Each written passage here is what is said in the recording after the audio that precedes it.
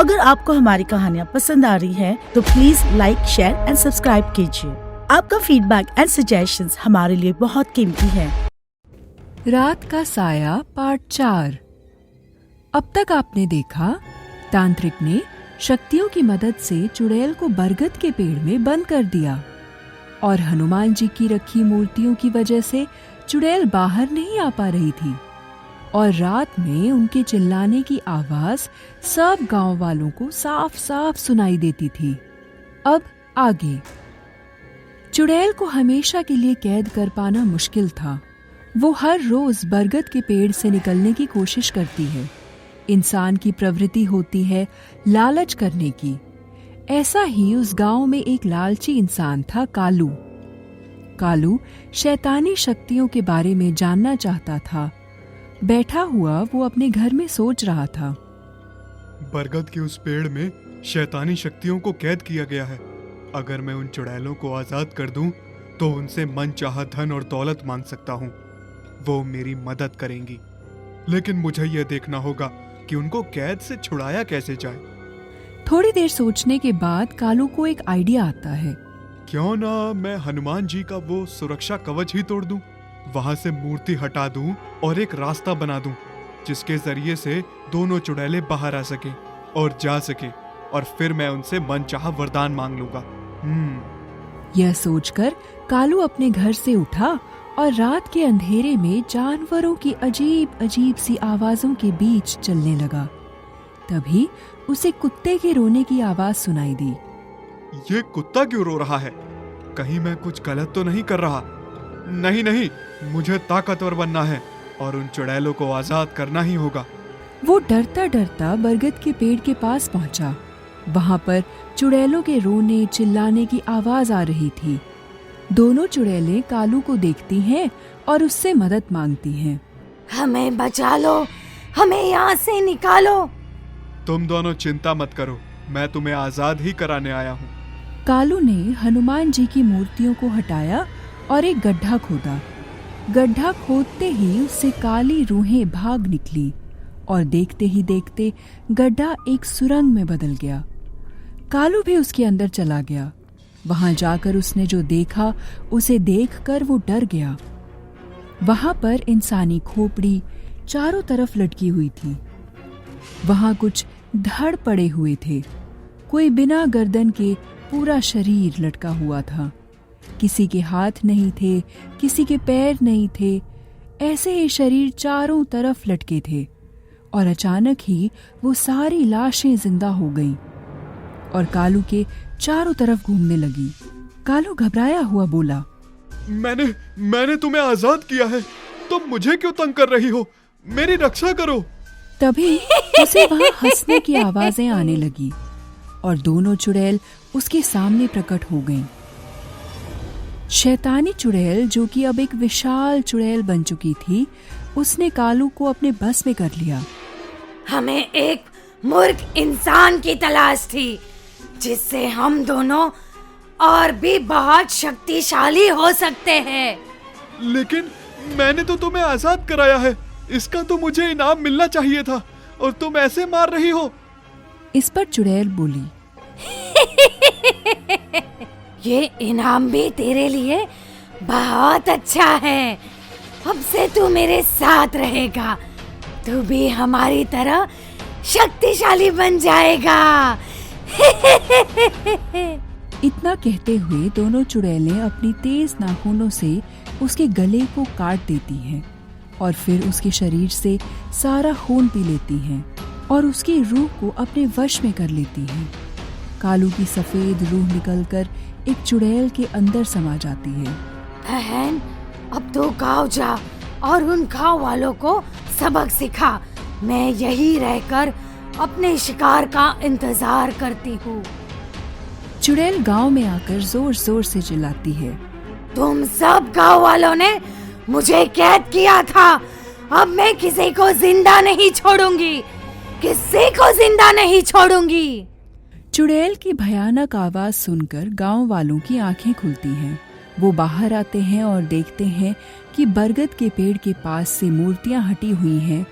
सुबह का सूरज निकलने वाला था तो शैतानी शक्तियां कमजोर हो गईं और वापस जाने लगी। इस पर गांव वाले सुबह इकट्ठा होकर बोले, भाई ये तो गजब हो गया, पता नहीं कैसे चुड़ैल बाहर आ गई, हमें कुछ तो सोचना ही पड़ेगा।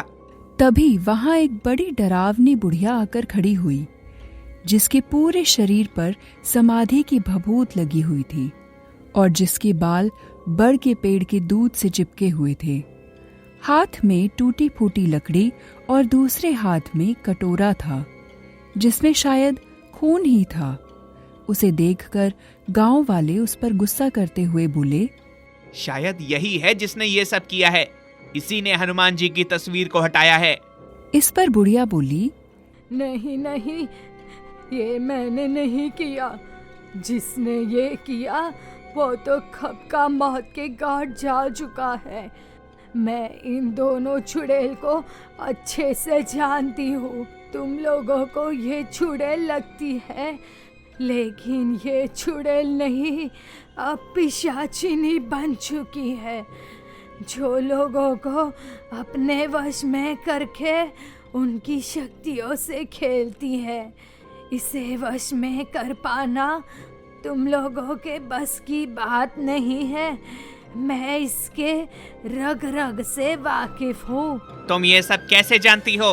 क्योंकि ये मेरी शिष्य है। मैंने इनको शैतानी शक्तियों का ज्ञान दिया था ताकि ये दोनों लोगों का भला कर सके, लेकिन उन्होंने तो उल्टा ही किया, बल्कि मुझे ही कैद कर लिया था। बड़ी मेहनत से मैंने खुद को छुड़ाया है और आज मैं उनको तुम सब लोगों के सामने कैद करके हमेशा के साथ मार दूंगी।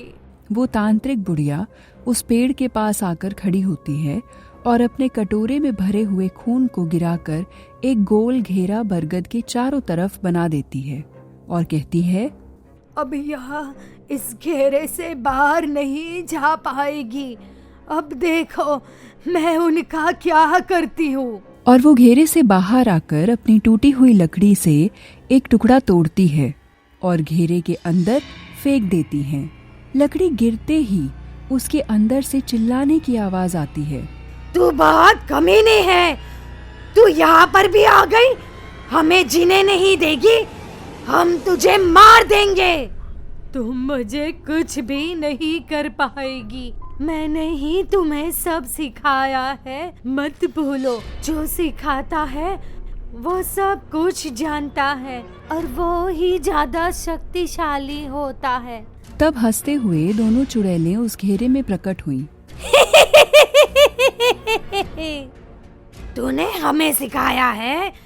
तू पागल हो गई है? तूने हमें जो सिखाया वो तो हम कब का भूल चुके हैं। जो हमने सीखा है वो देख। दोनों चुड़ैल अपने हाथों की शक्ति से बुढ़िया के चारों तरफ आग लगा देती हैं, लेकिन बुढ़िया को कुछ नहीं होता। वह तांत्रिक विद्या के घेरे से बाहर आकर खड़ी हो जाती है और कहती है, मेरे आगे तुम्हारा कोई जादू नहीं चलेगा। अब मैं तुम दोनों की ताकत तुम्हारे बालों को पकड़कर घसीटते हुए यहाँ से लेकर जाऊंगी। तभी एक चुड़ैल अपने दोनों हाथों को हवा में फैलाती है। उसके हाथ फैलाते ही बरगद की पत्तियां कांपने लगती हैं और शाखाओं से टूटकर बुढ़िया और गांव वालों के ऊपर आकर गिरने लगती हैं। पत्तियां बुढ़िया को बुरी तरह से दबा लेती हैं। बुढ़िया दिख ही नहीं रही थी, लेकिन तभी उसने शैतानी शक्तियों को विनाश करते हुए पत्तियों और डालियों को चीरते हुए ऊपर निकली। तू जितना कुछ कर सकती थी तूने कर लिया। अब मैं तुम्हें यहाँ से लेकर ही जाऊंगी। और बुढ़िया अपनी सूखी लकड़ी दोनों चुड़ैल की तरफ करती है। लकड़ी से बेल निकलती है जो दोनों चुड़ैल को पूरी तरह से लपेट लेती है और उनके बालों को खींचते हुए बुढ़िया उनको अपने साथ लेकर चलने लगती है और कहती है, गाँव वालों, तुम्हें दुखी होने की जरूरत नहीं है। अब ये दोनों चुड़ैल यहाँ कभी नहीं आएगी।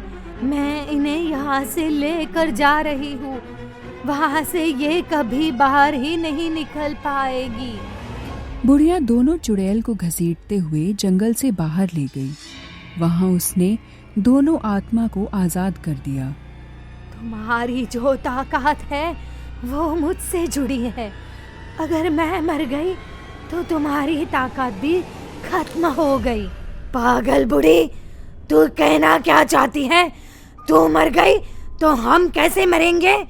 शायद तुम दोनों भूल गई, जब मैंने तुम्हें ये विद्या सिखाई थी तब तुम्हें अपनी शक्ति दे दी थी, और मैंने तुम्हें बोला भी था कि अगर मैं मर जाऊंगी तो तुम भी खत्म हो जाओगी। एक चुड़ैल बिना शक्ति के जिंदा नहीं रह सकती, और अब तुम्हारा अंत होगा।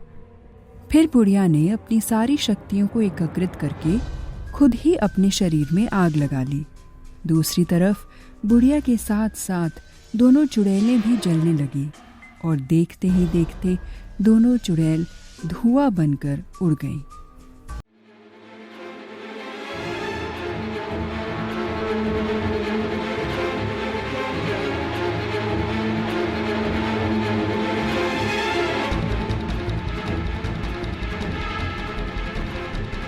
अगर आपको हमारी कहानियाँ पसंद आ रही हैं, तो please like, share and subscribe कीजिए।